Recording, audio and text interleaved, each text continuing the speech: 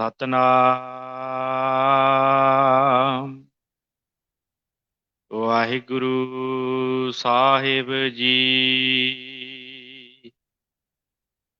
ਯਤਨ ਬਹੁਤ ਸੁਖ ਕੇ ਕੀਏ, ਦੁਖ ਕੋ ਕੀਓ ਨਾ ਕੋਏ।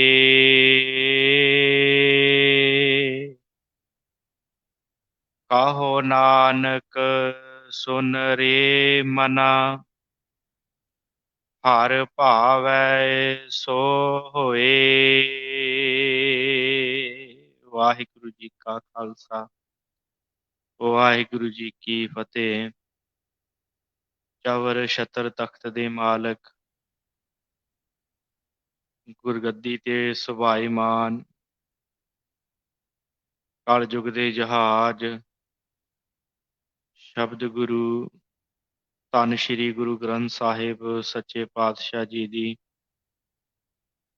ਪਾਵਨ ਗੋਦ ਦੇ ਅੰਦਰ ਜੁੜ ਕਰਕੇ ਅੰਮ੍ਰਿਤ ਵੇਲੇ ਦੀਆਂ ਇਹਨਾਂ ਘੜੀਆਂ ਨੂੰ ਆਪ ਸਫਲਾ ਰਹੇ ਹੋ।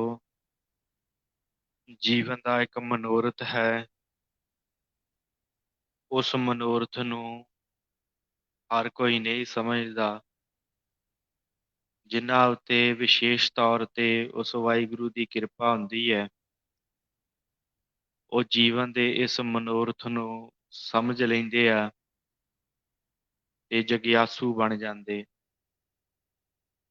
ਤੇ ਸਤਿਗੁਰਾਂ ਨੂੰ ਜਗਿਆਸੂ ਬਹੁਤ ਪਸੰਦ। ਜਗਿਆਸੂ ਜਿਹਦੇ ਅੰਦਰ ਕੁਝ ਜਾਣਨ ਦੀ ਇੱਛਾ ਹੋਵੇ, ਜਿਹਦੇ ਅੰਦਰ ਇਹ ਇੱਛਾ ਹੋਵੇ ਕਿ ਮੈਂ ਕੁਝ ਪ੍ਰਾਪਤ ਕਰਾਂ, ਉਹ ਜਗਿਆਸੂ ਸਤਿਗੁਰਾਂ ਨੂੰ ਬੜੇ ਭਾਉਂਦੇ ਹਨ। ਤੇ ਫਿਰ ਗੁਰੂ ਐਸੀ ਕਿਰਪਾ ਕਰਦਾ ਹੈ, ਇੱਕ ਨਿਰੰਤਰਤਾ, ਇੱਕ ਲਗਾਤਾਰਤਾ ਉਹਨਾਂ ਦੇ ਜੀਵਨ 'ਚ ਆ ਜਾਂਦੀ ਹੈ। ਫਿਰ ਉਹ ਸਾਸ ਸਾਸ ਸਿਮਰੋ ਗੋਬਿੰਦ, ਮਨ ਅੰਤਰ ਕੀ ਉਤਰੈ ਚਿੰਦ, ਇਹ ਉਹਨਾਂ ਦੇ ਜੀਵਨ ਦੀ ਅਵਸਥਾ ਬਣ ਜਾਂਦੀ ਹੈ।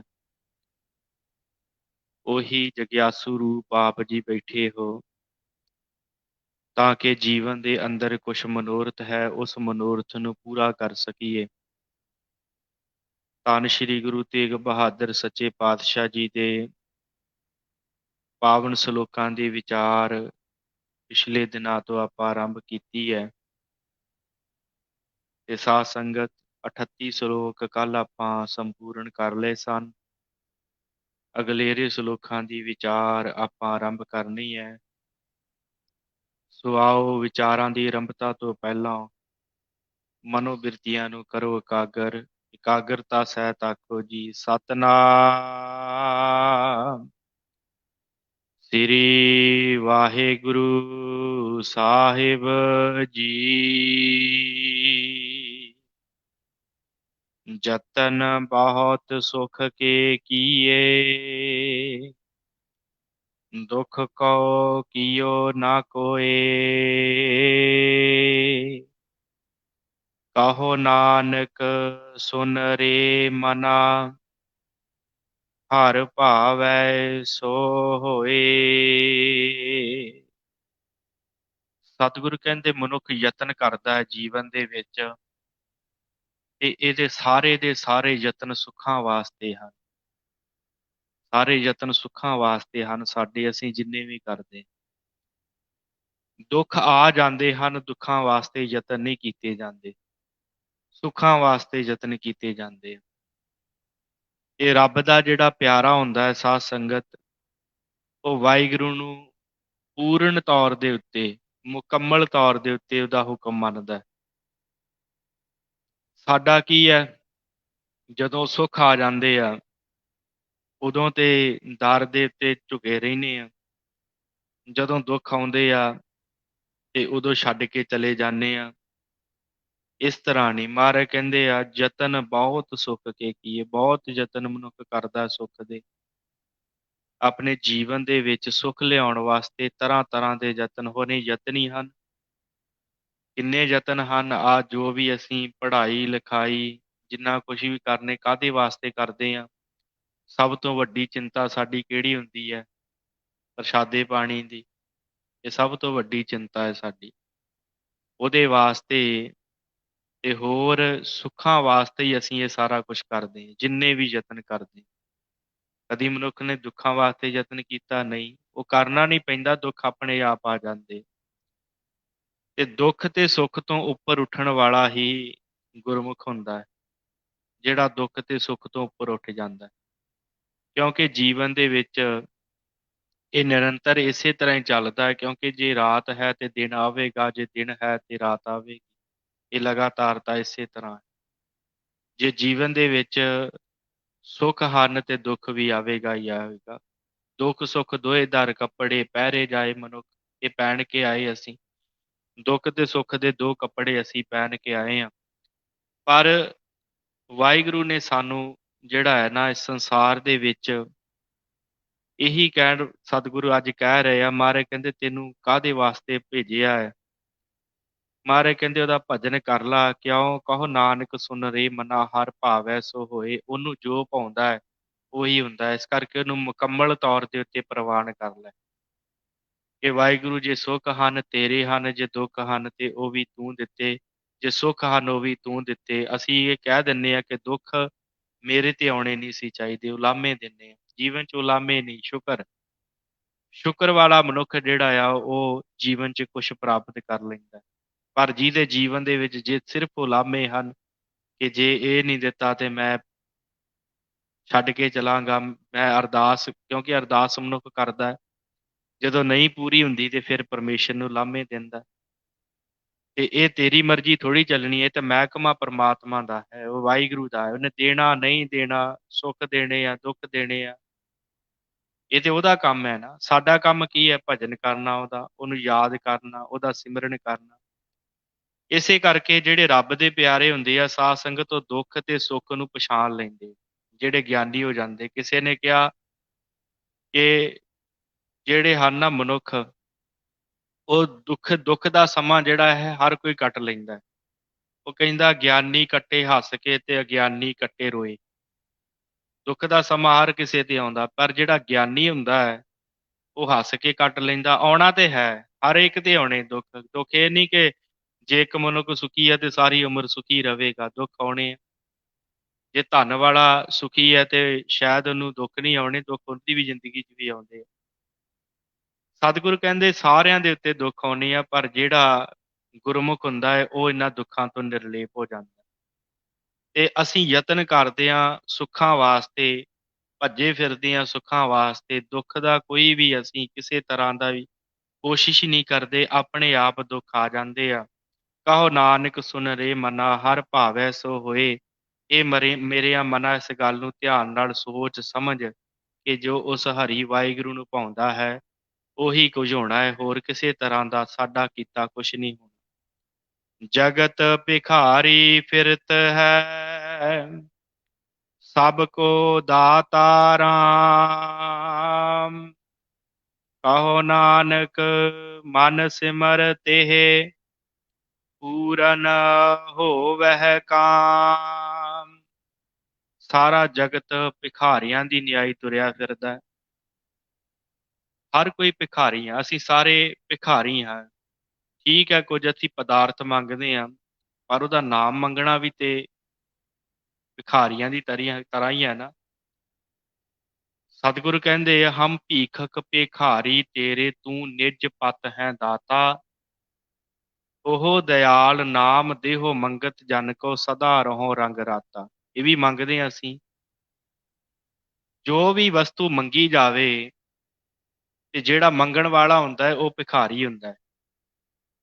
ਤੇ ਸਤਿਗੁਰਾਂ ਨੇ ਕਿਹਾ ਜਗਤ ਭਿਖਾਰੀ ਫਿਰਤ ਹੈ, ਸਭ ਕੋ ਦਾਤਾ ਰਾਮ। ਸਾਰਿਆਂ ਦਾ ਦਾਤਾ ਜਿਹੜਾ ਉਹ ਰਾਮ ਹੈ। ਪਰ ਇਹ ਗੱਲ ਸਾਡੀ ਸਮਝ 'ਚ ਨਹੀਂ ਆਉਂਦੀ। ਅਸੀਂ ਸੰਸਾਰ ਦੇ ਕੋਲੋਂ ਮੰਗਦੇ ਹਾਂ। ਸੰਸਾਰ ਦੇ ਕੋਲੋਂ ਕੀ? ਕਿ ਕੋਈ ਰਿਸ਼ਤੇਦਾਰ ਹੈ, ਉਹ ਕਹਿੰਦਾ ਕਿ ਸ਼ਾਇਦ ਇਸ ਦੂਸਰੇ ਰਿਸ਼ਤੇਦਾਰ ਦੇ ਕੋਲੋਂ ਮੇਰਾ ਕੰਮ ਪੂਰਾ ਹੋ ਜੇ, ਉਹਦੇ ਕੋਲੋਂ ਕੁਝ ਪ੍ਰਾਪਤ ਹੋ ਜੇ। ਇਵੇਂ ਇਵੇਂ ਅਸੀਂ ਆਪਣੀਆਂ ਰਿਸ਼ਤੇਦਾਰੀਆਂ ਹੋ ਗਈਆਂ, ਆਪਣੇ ਸੰਬੰਧ ਜਿਹੜੇ ਆ ਇਸੇ ਤਰ੍ਹਾਂ ਦੇ ਲੋਕਾਂ ਨਾਲ ਪਾਉਂਦੇ ਆ, ਸ਼ਾਇਦ ਸਾਡਾ ਮਨੋਰਥ ਤੋਂ ਕੁਝ ਸਾਨੂੰ ਮਿਲ ਜਾਵੇ।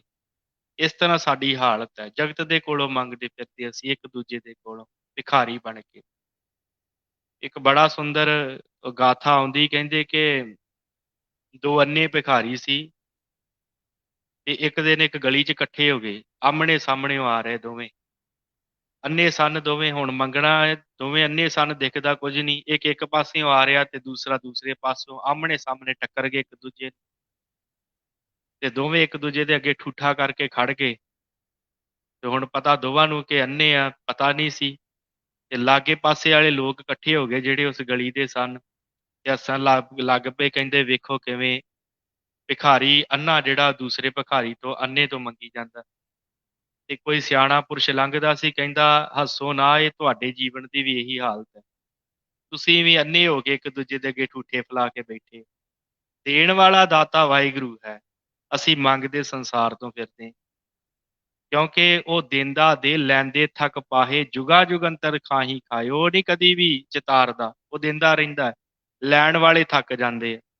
ਜਗਤ ਭਿਖਾਰੀ ਫਿਰਤ ਹੈ, ਸਭ ਕੋ ਦਾਤਾ ਰਾਮ। ਦੇਣ ਵਾਲਾ ਉਹ ਵਾਹਿਗੁਰੂ, ਉਹ ਪਰਮੇਸ਼ਰ ਅਕਾਲ ਪੁਰਖ ਹੈ। ਜੇ ਉਹਦੇ ਕੋਲੋਂ ਮੰਗਿਆ ਜਾਵੇ ਤੇ ਕਿਸੇ ਤਰ੍ਹਾਂ ਦੀ ਘਾਟ ਨਹੀਂ।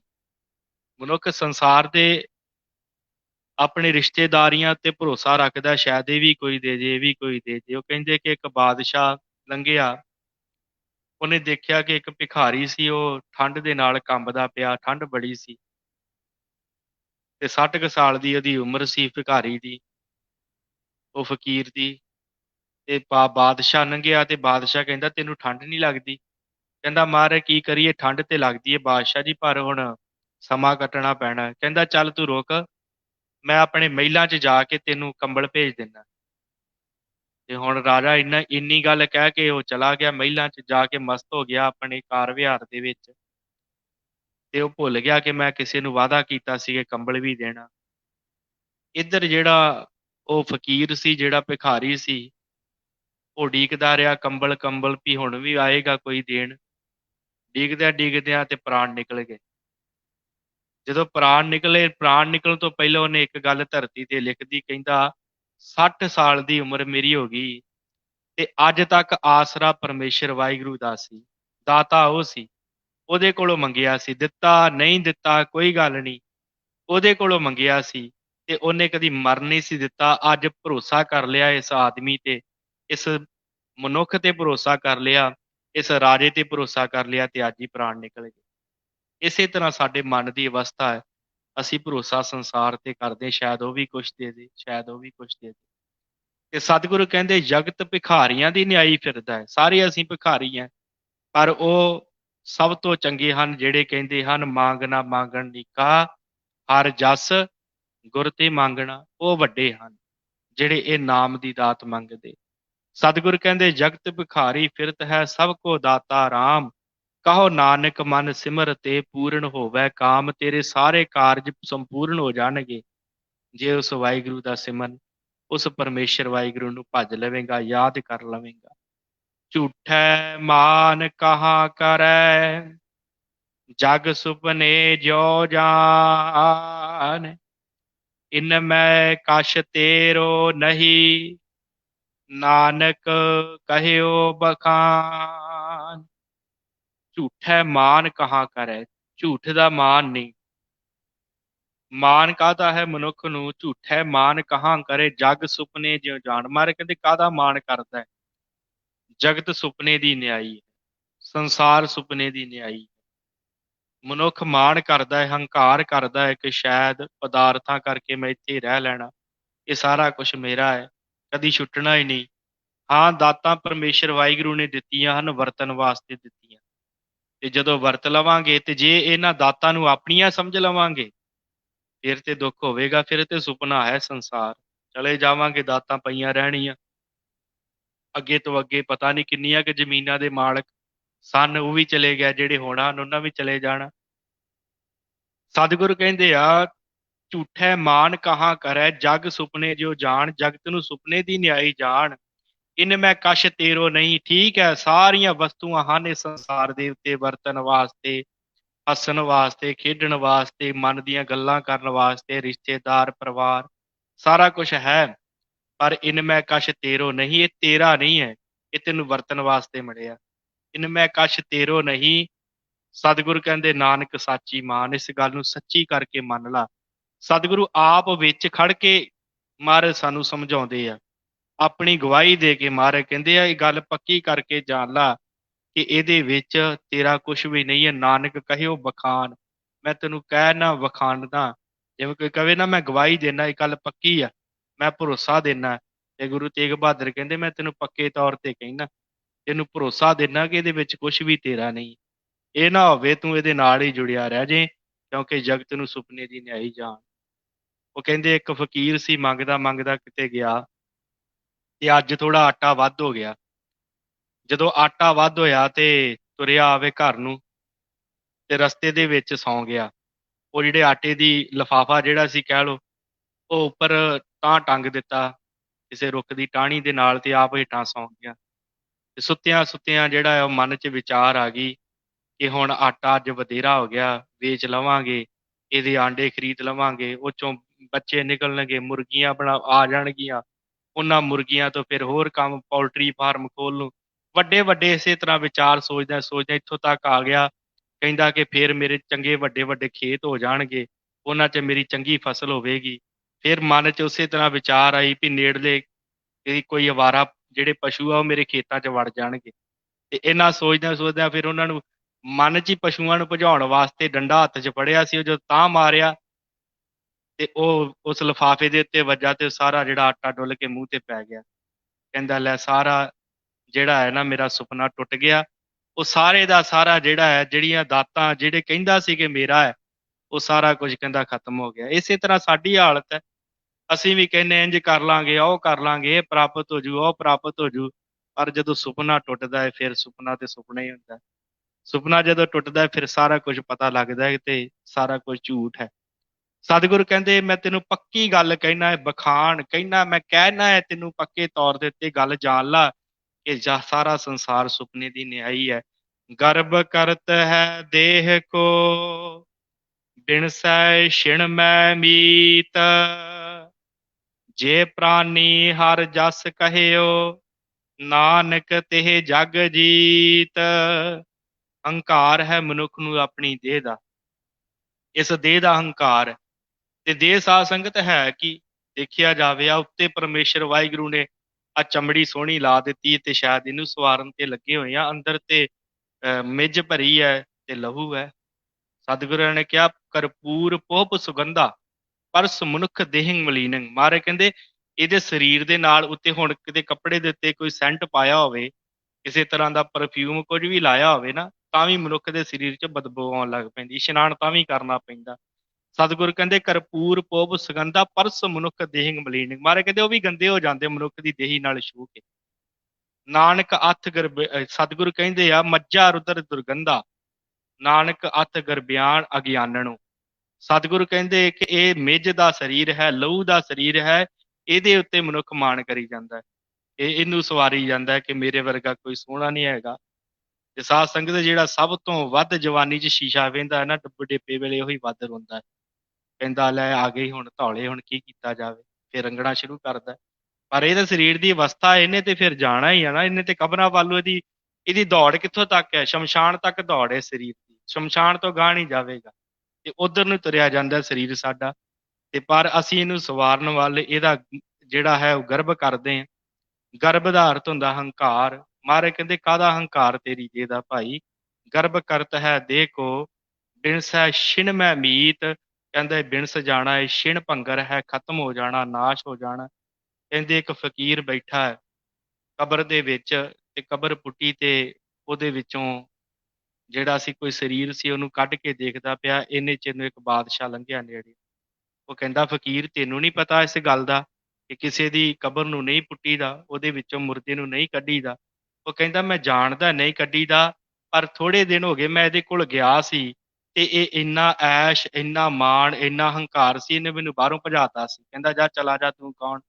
ਆਪਣੇ ਰੰਗ ਰਲੀਆਂ ਦੇ ਵਿੱਚ ਮਸਤ ਸੀ ਤੇ ਮੈਂ ਅੱਜ ਇਹਦੀ ਕਬਰ ਨੂੰ ਪੁੱਟ ਕੇ ਇਹਨੂੰ ਪੁੱਛਣਾ ਚਾਹੁੰਦਾ ਕਿ ਭਾਈ ਤੈਨੂੰ ਕਬਰ ਦੇ ਵਿੱਚ ਵੀ ਇੰਨਾ ਹੀ ਸੁੱਖ ਆ ਜਿੰਨਾ ਤੂੰ ਉੱਥੇ ਲੈਣਾ ਸੀ? ਮੈਂ ਇਹ ਗੱਲ ਇਹਨੂੰ ਪੁੱਛਣੀ ਚਾਹੁੰਦਾ। ਸਤਿਗੁਰੂ ਕਹਿੰਦੇ ਕਾਹਦਾ ਤੇਰੀ ਦੇਹ ਦਾ ਹੰਕਾਰ? ਗਰਭ ਕਰਤ ਹੈ ਦੇਹ ਕੋ, ਬਿਨਸੈ ਛਿਣ ਮੈਂ ਮੀਤ।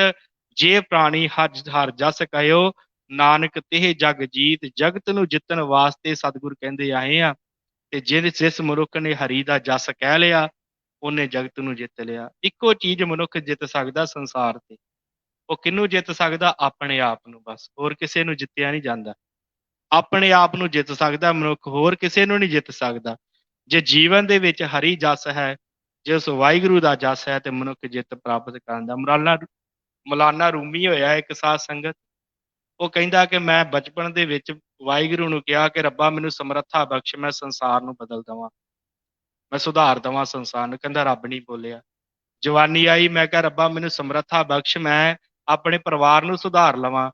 ਕਹਿੰਦਾ ਰੱਬ ਨਹੀਂ ਬੋਲਿਆ। ਬੁਢੇਪਾ ਆਇਆ, ਕਹਿੰਦਾ ਬੁਢੇਪੇ 'ਚ ਕਿਹਾ ਹੇ ਰੱਬਾ ਕਿਰਪਾ ਕਰ ਮੈਂ ਆਪਣੇ ਆਪ ਨੂੰ ਸੁਧਾਰ ਲਵਾਂ। ਤੇ ਕਹਿੰਦਾ ਰੱਬ ਬੋਲਿਆ ਜੇ ਕਿਤੇ ਇਹੋ ਗੱਲ ਮੈਨੂੰ ਬਚਪਨ 'ਚ ਕਹਿ ਦਿੰਦਾ ਤੇ ਕਿੰਨੀ ਵੱਡੀ ਗੱਲ ਸੀ। ਆਪਣੇ ਆਪ ਨੂੰ ਸੁਧਾਰਨਾ ਹੈ, ਆਪਣੇ ਆਪ ਤੇ ਜਿੱਤ ਪ੍ਰਾਪਤ ਕਰਨੀ ਹੈ। ਤੇ ਜਿਹਨੇ ਜਿੱਤ ਮਨ ਨੂੰ ਜਿੱਤ ਲਿਆ ਤੇ ਜਗਤ ਉਹਨੇ ਜਿੱਤ ਹੀ ਲਿਆ ਹੈ। ਮਨ ਜੀਤੈ ਜਗ ਜੀਤ, ਜੇ ਪ੍ਰਾਣੀ ਹਰ ਜਸ ਕਹਿਓ, ਨਾਨਕ ਤਿਹ ਜਗ ਜੀਤ, ਜਿਹ ਘਟ ਸਿਮਰਨ ਰਾਮ ਕੋ, ਸੋ ਨਰ ਮੁਕਤਾ ਜਾਨ, ਤਿਹ ਨਰ ਹਰ ਅੰਤਰ ਨਹੀਂ, ਨਾਨਕ ਸਾਚੀ ਮਾਨ। ਜਿਸ ਦੇ ਘਟ ਦੇ ਵਿੱਚ ਸਿਮਰਨ ਹੈ। ਇੱਕ ਹੁੰਦਾ ਹੈ ਜਪ, ਜਿਹੜਾ ਅਸੀਂ ਜਪ ਕਰਦੇ ਹਾਂ, ਵਾਹਿਗੁਰੂ ਵਾਹਿਗੁਰੂ ਵਾਹਿਗੁਰੂ। ਇਹ ਜਪ ਤੋਂ ਅੱਗੇ ਸਿਮਰਨ ਪ੍ਰਾਪਤ ਹੁੰਦਾ ਹੈ, ਅੰਦਰੋਂ ਪ੍ਰਗਟ ਹੁੰਦਾ ਹੈ। ਇੱਕ ਨਿਤਨੇਮ ਕਰਦੇ ਹਾਂ, ਇੱਕ ਨਿਤਨੇਮ ਹੋ ਜਾਂਦਾ ਹੈ। ਤੇ ਉਹ ਜਿਹੜਾ ਹੋ ਜਾਂਦਾ ਹੈ ਨਾ, ਉਹਦੀ ਸਤਿਗੁਰੂ ਗੱਲ ਕਰਦੇ ਮਹਾਰਾਜ ਕਹਿੰਦੇ ਜਿਹਦੇ ਘਟ ਦੇ ਵਿੱਚ ਅੰਦਰੋਂ ਸਿਮਰਨ ਹੈ। ਜੇ ਘਟ ਸਿਮਰਨ ਰਾਮ ਕੋ, ਬਾਹਰੋਂ ਨਹੀਂ, ਵਿਖਾਵਾ ਨਹੀਂ, ਧਾਰਮਿਕ ਲਿਬਾਸ ਪਹਿਨ ਕੇ ਵਿਖਾਵਾ ਨਹੀਂ। ਜੇ ਅੰਦਰ ਕੁਛ ਹੈ, ਪਹਿਰਾਵਾ ਪਾਉਣ ਨਾਲ ਮਾੜੀ ਗੱਲ ਨਹੀਂ। ਜੇ ਕਿਸੇ ਨੇ ਧਾਰਮਿਕ ਪਹਿਰਾਵਾ ਵੀ ਪਹਿਨਿਆ, ਮਾੜੀ ਗੱਲ ਨਹੀਂ ਹੈ। ਪਰ ਅੰਦਰੋਂ ਵੀ ਧਾਰਮਿਕ ਹੋਵੇ ਮਨੁੱਖ, ਅੰਦਰੋਂ ਵੀ ਘਟ ਦੇ ਅੰਦਰ ਵੀ ਸਿਮਰਨ ਹੋਵੇ। ਮਹਾਰਾਜ ਨੇ ਬਾਹਰ ਦੀ ਗੱਲ ਨਹੀਂ ਕੀਤੀ। ਹਾਂ, ਬਾਹਰੋਂ ਜਪਣ ਵਾਲੇ ਵੀ ਕਈ ਵਾਰੀ ਵਾਹਿਗੁਰੂ ਵਾਹਿਗੁਰੂ ਜਪੀ ਜਾਂਦੇ, ਮਨ ਕਿਤੇ ਦਾ ਕਿਤੇ ਹੁੰਦਾ। ਸਤਿਗੁਰੂ ਕਹਿੰਦੇ ਘਟ, ਘਟ ਦਾ ਅਰਥ ਹੁੰਦਾ ਅੰਦਰ, ਅੰਦਰੋਂ ਸਿਮਰਨ ਜਿਹਦੇ ਪੈਦਾ ਹੋਵੇ। ਜੇ ਘਟ ਸਿਮਰਨ ਰਾਮ ਕੋ, ਸੋ ਨਰ ਮੁਕਤਾ ਜਾਣ, ਉਹਨੂੰ ਮੁਕਤਾ ਕਿਹਾ ਜਾਂਦਾ ਹੈ। ਮੁਕਤ ਕੀ ਹੈ? ਬੰਧਨ ਜਿਹਨੂੰ ਨਾ ਪਏ ਹੋਣ, ਬੰਧਨਾਂ ਤੋਂ ਮੁਕਤ ਹੋਵੇ। ਤੇ ਬੰਧਨ ਕਿਹੜੇ ਆ? ਉਹ ਬੰਧਨ ਜਿਹੜੇ ਅਸੀਂ ਆਪ ਆਪਣੇ ਆਪ ਨੂੰ ਮਾਰੇ। ਅਸੀਂ ਆਪਣੇ ਬੰਧਨਾਂ 'ਚ ਬੰਨੇ ਪਏ ਆ, ਇਹ ਵੀ ਮੇਰਾ ਹੈ, ਇਹ ਵੀ ਮੇਰਾ ਹੈ। ਛੁੱਟਦਾ ਹੈ ਤੇ ਫਿਰ ਦੁੱਖ ਲੱਗਦਾ ਹੈ। ਇਹੀ ਬੰਧਨ ਹੈ। ਉਹ ਕਹਿੰਦੇ ਵੀ ਕਿਸੇ ਪਿੰਡ ਵਿੱਚ ਕਿਸੇ ਡਾਕੂਆਂ ਨੇ ਡਾਕਾ ਮਾਰਿਆ ਤੇ ਉੱਥੋਂ ਦੇ ਜਿੰਨੇ ਵੀ ਕਾਰੀਗਰ ਸਨ ਉਹਨਾਂ ਨੂੰ ਕੈਦ ਕਰਕੇ ਲੈ ਗਏ। ਉਹ ਜਦੋਂ ਕੈਦ ਕਰਕੇ ਲੈ ਕੇ ਜਾਂਦੇ ਤੇ ਸਾਰੇ ਦੇ ਸਾਰੇ ਰੋਂਦਾ ਹੈ। ਇੱਕ ਜਿਹੜਾ ਸੀ ਉਹਨਾਂ ਦੇ ਵਿੱਚੋਂ ਉਹ ਬੜਾ ਖੁਸ਼ ਸੀ। ਤੇ ਉਹ ਕਿਸੇ ਨੇ ਪੁੱਛਿਆ ਵੀ ਤੂੰ ਕਿਉਂ ਖੁਸ਼ ਆ? ਕਹਿੰਦਾ ਮੈਂ ਖੁਸ਼ ਤਾਂ ਆ ਕਿ ਮੈਂ ਲੁਹਾਰ ਆ, ਮੇਰਾ ਕਿੱਤਾ ਲੁਹਾਰ ਦਾ ਹੈ। ਤੇ ਜਿਹੜੀ ਬੇੜੀ ਮੇਰੇ ਹੱਥ 'ਚ ਪਾਈ ਹੈ ਇਹਨੂੰ ਤੇ ਮਿੰਟਾਂ ਸਕਿੰਟਾਂ 'ਚ ਤੋੜ ਦੇਣਾ, ਤੇ ਤੋੜ ਕੇ ਤੇ ਵੇਖੀ ਮੈਂ ਭੱਜ ਜਾਣਾ, ਮੈਨੂੰ ਕਾਹਦਾ ਦੁੱਖ ਹੈ। ਤੇ ਕਹਿੰਦੇ ਉਹ ਥੋੜਾ ਜਿਹਾ ਗਾਂਹ ਪਹੁੰਚੇ ਆ, ਤੇ ਜਦੋਂ ਉੱਥੇ ਆਰਾਮ ਕਰਨ ਲੱਗੇ ਬਿਠਾਇਆ ਉਹਨੂੰ। ਤੇ ਜਦੋਂ ਉਹਨੇ ਬੇੜੀ ਵੱਲ ਵੇਖਿਆ ਤੇ ਉਹ ਰੋਣ ਲੱਗ ਪਿਆ। ਜਿਹੜੀ ਉਹਦੇ ਹੱਥ 'ਚ ਇੱਕ ਹੱਥ ਘੜੀ ਲੱਗੀ ਸੀ ਉਹਨੂੰ ਵੇਖ ਕੇ ਰੋਣ ਲੱਗ ਪਿਆ। ਕਹਿੰਦਾ ਹੁਣ ਕਿਉਂ ਰੋਣਾ? ਕਹਿੰਦਾ ਮੈਂ ਰੋਣਾ ਤਾਂ ਆ ਕਿ ਇਹ ਜਿਹੜੀ ਮੈਂ ਲੋਹਾ ਜਿਹੜਾ ਘੜਦਾ ਨਾ, ਮੈਂ ਆਪਣੇ ਹੱਥੀਂ ਲੋਹਾ ਘੜਦਾ, ਉਹ ਲੋਹੇ ਦੇ ਉੱਤੇ ਮੇਰੀ ਮੋਹਰ ਲੱਗੀ ਹੁੰਦੀ ਹੈ। ਤੇ ਉਹ ਲੋਹਾ ਬੜਾ ਸਖਤ ਹੁੰਦਾ, ਉਹਨੂੰ ਕੋਈ ਕੱਟ ਨਹੀਂ ਸਕਦਾ, ਮੈਂ ਵੀ ਨਹੀਂ ਕੱਟ ਸਕਦਾ। ਤੇ ਕਹਿੰਦਾ ਮੈਂ ਦੇਖਦਾ ਪਿਆ ਜਿਹੜੀ ਮੇਰੇ ਹੱਥ ਦੇ ਵਿੱਚ ਹੱਥ ਘੜੀ ਲੱਗੀ ਹੈ, ਇਹਦੇ ਉੱਤੇ ਵੀ ਮੇਰੀ ਮੋਹਰ ਹੈ, ਇਹਨੂੰ ਮੈਂ ਹੁਣ ਕੱਟ ਨਹੀਂ ਸਕਦਾ। ਤੇ ਸਾਧ ਸੰਗਤ ਅਸੀਂ ਹਉਮੈ ਦੀ ਮੋਹਰ ਮਾਰੀ ਹੋਈ ਆ ਆਪਣੇ ਇਸ ਮਨ ਦੇ ਉੱਤੇ। ਇਹ ਬੰਧਨ ਸਾਨੂੰ ਕਾਹਦੇ ਆ?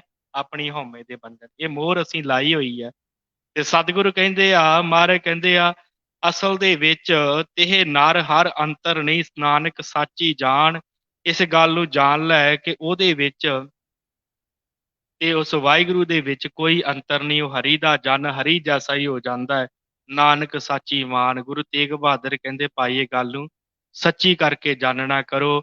ਏਕ ਭਗਤ ਭਗਵਾਨ, ਜਿਹ ਪ੍ਰਾਨੀ ਕੈ ਨਾਹੇ ਮਨ, ਜੈਸੇ ਸੂਕਰ ਸੁਆਨ, ਨਾਨਕ ਮਾਨੋ ਤਾਹੇ ਤਨ। ਦੋ ਉਦਾਹਰਨਾਂ ਮਹਾਰਾਜ ਨੇ ਦਿੱਤੀਆਂ। ਸਤਿਗੁਰੂ ਕਹਿੰਦੇ ਕਿ ਉਸ ਵਾਹਿਗੁਰੂ ਦੀ ਨਿਗਾਹ ਦੇ ਵਿੱਚ ਉਹ ਮਨੁੱਖ ਕਾਹੇ ਜੋਗਾ ਨਹੀਂ। ਹੁਣ ਕੋਈ ਤਿਆਰ ਬਰ ਤਿਆਰ ਹੋ ਕੇ ਚੰਗੀ ਗੱਡੀ ਦੇ ਵਿੱਚ ਬੈਠ ਕੇ ਤੇ ਚੰਗਾ ਸ਼ਿੰਗਾਰ ਕਰਕੇ ਗੁਰੂ ਦਰ ਤੇ ਆਵੇ ਤੇ ਅੰਦਰ ਜਪਜੀ ਸਾਹਿਬ ਨਹੀਂ ਹੈ ਤੇ ਗੁਰੂ ਦੀ ਨਿਗਾਹ ਦੇ ਵਿੱਚ ਮਾਫ ਕਰਨਾ, ਉਹ ਸੂਕਰ ਦਾ ਅਰਥ ਹੁੰਦਾ ਸੂਰ, ਸਵਾਨ ਦਾ ਅਰਥ ਹੁੰਦਾ ਕੁੱਤਾ, ਉਹਦੇ ਨਿਆਈ। ਜੇ ਭਜਨ ਨਹੀਂ ਹੈਗਾ ਪਰਮੇਸ਼ਰ ਦਾ, ਜੇ ਵਾਹਿਗੁਰੂ ਦਾ ਭਜਨ ਨਹੀਂ ਹੈਗਾ, ਇਹ ਇੱਕ ਭਗਤ ਦੇ ਤੱਤੇ ਨੂੰ ਸਿਹਾਰੀ ਹੋਣ ਕਰਕੇ ਇਹਨੂੰ ਭਗਤੀ ਕਵਾਂਗੇ। ਜਿਹਦੇ ਮਨ ਦੇ ਵਿੱਚ ਭਗਵਾਨ ਦੀ ਭਗਤੀ, ਵਾਹਿਗੁਰੂ ਦੀ ਭਗਤੀ ਨਹੀਂ ਹੈ, ਸਤਿਗੁਰ ਕਹਿੰਦੇ ਜੇ ਪ੍ਰਾਨੀ ਕੇ ਨਾਹੇ ਮਨ, ਜਿਹਦੇ ਮਨ ਚ ਉਸ ਵਾਹਿਗੁਰੂ ਦੀ ਭਗਤੀ ਨਹੀਂ, ਜੈਸੇ ਸੂਕਰ ਸੁਆਣ ਨਾਨਕ ਮਾਨੋ ਤਾਹੇ ਤਨ। ਸਤਿਗੁਰ ਕਹਿੰਦੇ ਜਿਸ ਤਰ੍ਹਾਂ ਸੂਕਰ ਸੂਰ ਹੋਵੇ, ਸੁਆਣ ਕੁੱਤਾ ਹੋਵੇ, ਨਾਨਕ ਮਾਨੋ ਤਾਹੇ ਤਨ, ਉਹਦੇ ਤਨ ਨੂੰ ਜਿਹੜਾ ਇਸ ਤਰ੍ਹਾਂ ਜਾਣੋ। ਹੁਣ ਕੀ ਹੈ, ਸੂਰ ਵੀ ਗੰਦਗੀ ਖਾਂਦਾ ਤੇ ਬਸ ਉਸੇ ਤਰ੍ਹਾਂ ਜੀਵਨ ਲੰਘ ਜਾਂਦਾ, ਕੁੱਤਾ ਵੀ ਫਿਰਦਾ ਰਹਿੰਦਾ ਸੜਕਾਂ ਤੇ, ਕਿਤੇ ਉੱਧਰ, ਇਸੇ ਤਰ੍ਹਾਂ ਜੀਵਨ ਲੰਘ ਜਾਂਦਾ। ਤੇ ਉਸ ਮਨੁੱਖ ਦਾ ਵੀ ਭਜਨ ਤੋਂ ਬਿਨਾਂ ਇਸੇ ਤਰ੍ਹਾਂ ਜੀਵਨ ਲੰਘ ਜਾਂਦਾ। ਉਹ ਸੋਚਦਾ ਹੀ ਨਹੀਂ ਕਿ ਮਨੋਰਥ ਕੀ ਹੈ ਜੀਵਨ ਦਾ ਮਨੋਰਥ, ਕਿਉਂਕਿ ਸੋਚਣ ਦੀ ਸਮਰੱਥਾ ਮਨੁੱਖ ਕੋਲ ਹੈ। ਸਾਰੇ ਜੂਨਾਂ ਨੂੰ ਇਹ ਗੱਲ ਪਤਾ ਹੋਊਗੀ ਕਿ ਅਸੀਂ ਹਾਂ, ਪਰ ਮਨੁੱਖ ਨੂੰ ਇਸ ਗੱਲ ਦਾ ਗਿਆਨ ਹੈ ਕਿ ਮੈਂ ਕੌਣ ਹਾਂ। ਇਸ ਗੱਲ ਦਾ ਗਿਆਨ ਜਿਸ ਮਨੁੱਖ ਨੂੰ ਹੈ, ਸਤਿਗੁਰ ਕਹਿੰਦੇ ਜੈਸੇ ਸੂਕਰ ਸੁਆਨ, ਉਹ ਸੂਕਰ ਦੀ ਨਿਆਈ ਹੈ, ਸੂਰ ਦੀ ਨਿਆਈ ਹੈ, ਤੇ ਸੁਆਨ ਕੁੱਤੇ ਦੀ ਨਿਆਈ, ਨਾਨਕ ਮਾਨੋ ਤਾਹੇ ਤਨ, ਉਸ ਮਨੁੱਖ ਦਾ ਤਨ ਇਸ ਤਰ੍ਹਾਂ ਦਾ ਜਿਹੜੇ ਕੋਲ ਪਰਮੇਸ਼ਰ ਦਾ ਭਜਨ ਨਹੀਂ, ਬੰਦਗੀ ਨਹੀਂ, ਨਾਮ ਨਹੀਂ ਹੈ। ਸੁਆਮੀ ਕੋ ਗ੍ਰਹਿ ਜਿਉ ਸਦਾ, ਸੁਆਨ ਤਜਤ ਨਹੀਂ ਨਿਤ, ਨਾਨਕ ਇਹ ਬਿਦ ਹਰ ਭਜੋ, ਇੱਕ ਮਨ ਹੋਏ ਇੱਕ ਚਿੱਤ। ਹੁਣ ਸਤਿਗੁਰਾਂ ਨੇ ਇੱਕ ਉਦਾਹਰਨ ਹੋਰ ਦਿੱਤੀ ਹੈ। ਮਹਾਰਾਜ ਨੇ ਕਿਹਾ ਠੀਕ ਹੈ, ਜੇ ਕੁੱਤਾ ਵੀ ਤੇਰੇ ਨਾਲੋਂ ਚੰਗਾ, ਪਹਿਲਾਂ ਕਹਿ ਦਿੱਤਾ ਮਨੁੱਖ ਹੈ ਹੀ ਕੁੱਤਾ, ਉਹ ਮਨੁੱਖ ਹੈ ਹੀ ਸੂਰ, ਫਿਰ ਮਹਾਰਾਜ ਨੇ ਹੁਣ ਕਿਹਾ ਤੇ ਤੇਰੇ ਨਾਲੋਂ ਕੁੱਤਾ ਚੰਗਾ ਹੈ। ਸਤਿਗੁਰੂ ਕਹਿੰਦੇ ਸੁਆਮੀ ਕੋ ਗ੍ਰਹਿ ਜੋ ਸਦਾ। ਹੁਣ ਕੁੱਤੇ ਦੇ ਵਿੱਚ ਇੱਕ ਬੜਾ ਵੱਡਾ ਗੁਣ ਹੈ ਸਾਧ ਸੰਗਤ, ਵਫਾਦਾਰੀ ਦਾ ਗੁਣ। ਕੁੱਤਾ ਕਦੇ ਵੀ ਆਪਣੇ ਮਾਲਕ ਨੂੰ ਛੱਡ ਕੇ ਨਹੀਂ ਜਾਂਦਾ। ਕੁੱਤਾ ਆਪਣੇ ਮਾਲਕ ਨੂੰ ਛੱਡ ਕੇ ਨਹੀਂ ਜਾਂਦਾ, ਭਾਵੇਂ ਲੱਖ ਮਾਲਕ ਮਾੜਾ ਕਵੇ, ਕੁੱਟ ਦੇਵੇ, ਜੋ ਮਰਜ਼ੀ ਹੋ ਜੇ, ਪਰ ਉਹ ਦੁਆਰ ਤੇ ਬੈਠਾ ਹੀ ਰਹਿੰਦਾ। ਤੇ ਸਾਡੀ ਹਾਲਤ ਕੀ ਹੈ, ਜੇ ਗੁਰੂ ਨੇ ਦੁੱਖ ਦੇ ਦਿੱਤੇ ਤੇ ਫਿਰ ਕਿਤੇ ਹੋਰ ਪਾਸੇ ਮੂੰਹ ਚੁੱਕ ਲੈਂਦੇ, ਅਸੀਂ ਛੱਡ ਦਿੰਦੇ ਦੁਆਰ। ਪਰ ਮਹਾਰਾਜ ਕਹਿੰਦੇ ਸਿੱਖਣਾ ਹੀ ਤੇ ਕੁੱਤੇ ਤੋਂ ਕੋਲੋਂ ਸਿੱਖ। ਸੁਆਮੀ ਕੋ ਗ੍ਰਹਿ ਜਿਉ ਸਦਾ, ਸੁਆਨ ਤਜਤ ਨਹੀਂ ਨਿਤ। ਮਹਾਰਾਜ ਕਹਿੰਦੇ ਉਹ ਨਹੀਂ ਤਜਦਾ, ਛੱਡ ਕੇ ਨਹੀਂ ਜਾਂਦਾ। ਦੁੱਖ ਆਉਂਦਾ ਹੈ, ਸੁੱਖ ਆਉਂਦਾ ਹੈ, ਉਹ ਕਹਿੰਦਾ ਹੈ ਵਾਹਿਗੁਰੂ ਤੂੰ ਦਿੱਤਾ ਹੈ, ਕੋਈ ਗੱਲ ਨਹੀਂ। ਜੇ ਸੁੱਖ ਹਨ ਤੇ ਪਤਾ ਹੈ ਦੁੱਖ ਵੀ ਆਉਣੇ ਹੀ ਆ। ਜੇ ਮਹਾਰਾਜ ਤੁਸੀਂ ਦੁੱਖ ਦਿੱਤੀ ਹੈ ਤੇ ਸੁੱਖ ਵੀ ਤੁਸੀਂ ਦੇਣ ਵਾਲੇ ਹੋ, ਇਹਦੇ ਵਿੱਚ ਕਿਹੜੀ ਗੱਲ ਹੈ। ਅਰਦਾਸ ਇੱਕ ਕਰਦਾ ਰਹਿੰਦਾ ਹੈ। ਸਤਿਗੁਰ ਕਹਿੰਦੇ ਸੁਆਮੀ ਕੋ ਗ੍ਰਹਿ ਜਿਉ ਸਦਾ, ਸੁਆਨ ਤਜਤ ਨਹੀਂ ਨਿਤ, ਨਾਨਕ ਇਹ ਬਿਦ ਹਰਿ ਭਜੋ, ਇੱਕ ਮਨ ਹੋਏ ਇੱਕ ਚਿੱਤ। ਸਤਿਗੁਰ ਕਹਿੰਦੇ ਇੱਕ ਮਨ ਇੱਕ ਚਿੱਤ ਉਸ ਪਰਮੇਸ਼ਰ ਵਾਹਿਗੁਰੂ ਦਾ ਨਾਮ ਸਿਮਰਨ ਕਰ। ਬੁੱਲੇ ਸ਼ਾਹ ਕਹਿੰਦਾ ਹੈ, ਕਹਿੰਦਾ ਰਾਤੀ ਜਾਗੈ ਪੀਰ ਸਦਾਵੇਂ। ਕਹਿੰਦਾ ਰਾਤ ਨੂੰ ਜਾਗਦਾ ਆਪਣੇ ਆਪ ਨੂੰ ਬੜਾ ਵੱਡਾ ਪੀਰ ਖਾਉਣਾ। ਰਾਤੀ ਜਾਗੈ ਪੀਰ ਸਦਾਵੇਂ, ਤੇਤੋਂ ਚੰਗੇ ਕੁੱਤੇ। ਕਹਿੰਦਾ ਰਾਤ ਨੂੰ ਜਾਗਦੇ ਹੋ ਵੀ, ਤੇਰੇ ਨਾਲ ਤੇ ਉਹ ਚੰਗੇ ਆ। ਰਾਤੀ ਜਾਗੈ ਪੀਰ ਸਦਾਵੇਂ, ਰਾਤੀ ਜਾਗਣ ਕੁੱਤੇ। ਕਹਿੰਦਾ ਮਾਲਕ ਦਾ ਦਰ ਕਦੇ ਨਾ ਛੱਡਣ, ਭਾਵੇਂ 100 ਵੱਜਣ ਜੁੱਤੇ। ਕਹਿੰਦਾ ਕਿ ਤੂੰ ਉੱਠ ਕੇ ਪਰਮੇਸ਼ਰ ਦਾ ਭਜਨ ਕਰ ਲਾ, ਤੇ ਕਹਿੰਦਾ ਨਹੀਂ ਤੇ ਬਾਜੀ ਲੈ ਗਏ ਕੁੱਤੇ। ਕਹਿੰਦਾ ਤੇਰੇ ਨਾਲ ਤੇ ਕੁੱਤੇ ਚੰਗੇ ਜਿਹੜੇ ਇੰਨੀ ਵਫਾਦਾਰੀ ਨੂੰ ਨਿਭਾਉਂਦੇ ਆ, ਤੇਰੇ ਨਾਲ ਕੁੱਤੇ ਚੰਗੇ ਆ। ਵਫਾਦਾਰੀ ਦਾ ਗੁਣ ਜਿਹੜਾ ਕੁੱਤੇ ਵਿੱਚ ਹੈ, ਜਿਹੜਾ ਪਰਮੇਸ਼ਰ ਦਾ ਪਿਆਰਾ ਹੁੰਦਾ ਹੈ ਨਾ, ਉਹ ਸਿੱਖ ਲੈਂਦਾ, ਉਹ ਸਿੱਖ ਲੈਂਦਾ ਇਹਨਾਂ ਗੱਲਾਂ ਤੋਂ, ਇਹਨਾਂ ਉਦਾਹਰਨਾਂ ਤੋਂ ਸਿੱਖ ਲੈਂਦਾ। ਕਹਿੰਦੇ ਇੱਕ ਫਕੀਰ ਮਨ 'ਚ ਸੋਚਦਾ ਹੈ ਕਿ ਘਰ ਛੱਡ ਦੇਵਾਂ, ਬਾਹਰ ਛੱਡ ਦੇਵਾਂ, ਕੀ ਕਰਾਂ, ਕਿਵੇਂ ਵਾਹਿਗੁਰੂ ਨੂੰ ਮਿਲਾਂ, ਕਿਵੇਂ ਪਰਮੇਸ਼ਰ ਨੂੰ ਮਿਲਾਂ। ਤੇ ਸੋਚਦਾ ਸੋਚਦਾ ਇੱਕ ਛੱਪੜ ਦੇ ਕਿਨਾਰੇ ਬੈਠ ਗਿਆ। ਇਹਨੇ ਨੂੰ ਕਹਿੰਦਾ ਇੱਕ ਕੁੱਤਾ ਆਇਆ, ਤੇ ਕਹਿੰਦਾ ਉਹਨੇ ਰੱਬ ਦੀ ਗੱਲ ਕੁੱਤੇ ਤੋਂ ਸਿੱਖ ਲਈ। ਕਿਵੇਂ ਸਿੱਖੀ? ਕੁੱਤਾ ਆਇਆ ਤੇ ਕੁੱਤੇ ਪਾਣੀ ਪੀਣਾ ਸੀ ਛੱਪੜ ਦੇ ਵਿੱਚੋਂ। ਜਦੋਂ ਪਾਣੀ ਪੀਣ ਲੱਗਾ ਤੇ ਉਹਨੇ ਵੇਖਿਆ ਵਿੱਚ ਪਰਛਾਵਾਂ ਆਪਣਾ ਦੇਖਿਆ, ਕੁੱਤਾ ਭੌਂਕਣਾ ਸ਼ੁਰੂ ਹੋ ਗਿਆ। ਕੁੱਤੇ ਨੇ ਭੌਂਕਿਆ, ਭੌਂਕ ਕੇ ਤੇ ਪਿੱਛੇ ਹਟ ਗਿਆ। ਉਹਦੇ ਭਾਣੇ ਦੂਸਰਾ ਕੁੱਤਾ ਫੇਰ ਦੁਬਾਰਾ ਪਾਣੀ ਪੀਣ ਲੱਗਾ ਤੇ ਫੇਰ ਉਸੇ ਤਰ੍ਹਾਂ ਵੇਖਿਆ ਵਿੱਚ ਆਪਣਾ ਪਰਛਾਵਾਂ, ਪਿੱਛੇ ਹਟ ਗਿਆ। ਹੁਣ ਪਿਆਸ ਬੜੀ ਲੱਗੀ ਹੈ, ਉਹਨੇ ਕਿਹਾ ਪਾਣੀ ਬਾਅਦ 'ਚ ਪੀਨੇ ਆ, ਪਹਿਲਾਂ ਛਾਲ ਮਾਰ ਕੇ ਇਹਨੂੰ ਪਹਿਲਾਂ ਢਾਈਏ, ਇਹਨੂੰ ਪਿੱਛੇ ਕਰੀਏ। ਜਦੋਂ ਛਾਲ ਮਾਰੀ ਛੱਪੜ ਦੇ ਵਿੱਚ, ਪਰਛਾਵਾਂ ਹਟ ਗਿਆ ਤੇ ਪਾਣੀ ਪੀ ਲਿਆ। ਉਹ ਫਕੀਰ ਕਹਿੰਦਾ ਮੈਂ ਕੁੱਤੇ ਤੋਂ ਬੰਦਗੀ ਸਿੱਖ ਲਈ ਕਿ ਪਹਿਲਾਂ ਆਪਣਾ ਆਪਾ ਹੀ ਮਿਟਾ ਦੇ। ਜਿਹੜਾ ਦੂਸਰਾ ਦਿਖਦਾ ਨਾ ਮਨ 'ਚ ਚਿੰਤਾ ਹੈ, ਝੋਰੇ ਆ, ਕਹਿੰਦਾ ਉਹ ਪਹਿਲਾਂ ਉਹ ਖਤਮ ਕਰ ਦੇ ਤੇ ਪਰਮੇਸ਼ਰ ਆਪਣੇ ਆਪ ਹੀ ਮਿਲ ਜਾਣਾ। ਜਿਹਨੇ ਸਿੱਖਣਾ ਹੁੰਦਾ ਇਹਨਾਂ ਗੱਲਾਂ ਤੋਂ ਸਿੱਖ ਲੈਂਦਾ। ਮਹਾਰਾਜ ਕਹਿੰਦੇ ਵਫਾਦਾਰੀ ਦਾ ਬੜਾ ਵੱਡਾ ਗੁਣ ਹੈ ਭਾਈ ਕੁੱਤੇ ਦੇ ਵਿੱਚ, ਸੁਆਣ ਦੇ ਵਿੱਚ। ਉਹ ਆਪਣੇ ਮਾਲਕ ਦਾ ਦਰ ਨਹੀਂ ਛੱਡਦਾ। ਤੂੰ ਵੀ ਆਪਣੇ ਗੁਰੂ ਦਾ, ਆਪਣੇ ਪਰਮੇਸ਼ਰ ਦਾ ਦਰ ਨਾ ਛੱਡ। ਨਾਨਕ ਇਹ ਬਿਦ ਹਰਿ ਭਜੋ, ਇਸ ਤਰ੍ਹਾਂ ਉਸ ਵਾਹਿਗੁਰੂ ਨੂੰ ਭਜ, ਇਸ ਤਰ੍ਹਾਂ ਯਾਦ ਕਰ। ਇੱਕ ਮਨ ਹੋਏ ਇੱਕ ਚਿੱਤ, ਇੱਕ ਮਨ ਇੱਕ ਚਿੱਤ ਹੋ ਕੇ ਯਾਦ ਕਰਨਾ ਹੈ। ਆਪਣੇ ਮਨ ਨੂੰ ਇੱਕ ਮਨ ਇੱਕ ਚਿੱਤ ਕਰਕੇ ਟਿਕਾ ਕੇ ਆਪਣੇ ਮਨ ਨੂੰ ਉਸ ਵਾਹਿਗੁਰੂ ਨੂੰ ਯਾਦ ਕਰਨਾ। ਇਹ ਨਹੀਂ ਕਿ ਵਾਹਿਗੁਰੂ ਵਾਹਿਗੁਰੂ ਕਰਦੇ ਮਨ ਕਿਤੇ ਹੋਰ ਹੋਵੇ। ਉਹਨੂੰ ਯਾਦ ਕਰਨਾ ਹੈ ਹਰ ਦਾਤ ਦੇ ਵਿੱਚੋਂ, ਜੋ ਵੀ ਉਹਨੇ ਬਖਸ਼ਿਸ਼ ਕੀਤਾ ਹੈ, ਪਰਿਵਾਰ ਦੇ ਵਿੱਚੋਂ, ਧੀਆਂ ਪੁੱਤਰਾਂ ਦੇ ਵਿੱਚੋਂ, ਅੰਨ ਪਾਣੀ ਦੇ ਵਿੱਚੋਂ, ਉਹਦੀਆਂ ਦਾਤਾਂ ਦੇ ਵਿੱਚੋਂ ਉਹਨੂੰ ਯਾਦ ਕਰਨਾ ਹੈ। ਇੱਕ ਮਨ ਹੋਏ ਇੱਕ ਚਿੱਤ, ਜਿਹੜਾ ਇਸ ਤਰ੍ਹਾਂ ਯਾਦ ਕਰੇਗਾ ਪ੍ਰਾਪਤੀ ਉਹਨੂੰ ਹੋ ਜਾਏਗੀ। ਸਤਿਗੁਰਾਂ ਨੇ ਬਖਸ਼ਿਸ਼ ਕੀਤੀ। 45 ਸ਼ਲੋਕ ਜਿਹੜੇ ਹਨ ਉਹ ਆਪਾਂ ਸੰਪੂਰਨ ਕਰ ਰਹੇ ਨੇ। ਬਾਕੀ ਰਹਿੰਦੀਆਂ ਸ਼ਲੋਕਾਂ ਦੀ ਵਿਚਾਰ ਆਪਾਂ ਕੱਲ ਨੂੰ ਕਰਾਂਗੇ ਜੀ। ਇੰਨੀਆਂ ਕੁ ਬੇਨਤੀਆਂ ਆਪ ਜੀ ਨੇ ਪ੍ਰਵਾਨ ਕਰਨੀਆਂ। ਹੋਈਆਂ ਬੇਅੰਤ ਭੁੱਲਾਂ ਚੁੱਕਾਂ ਦੀ ਖਿਮਾ ਸਤਿਗੁਰੂ ਬਖਸ਼ਣਹਾਰ ਹਨ। ਗੁਰੂ ਕੀ ਸੰਗਤ ਬਖਸ਼ਣਹਾਰ ਹੈ, ਬਖਸ਼ ਲੈਣਾ ਜੀ। ਬੁਲਾਓ ਫਤਿਹ। ਵਾਹਿਗੁਰੂ ਜੀ ਕਾ ਖਾਲਸਾ, ਵਾਹਿਗੁਰੂ ਜੀ ਕੀ ਫਤਿਹ।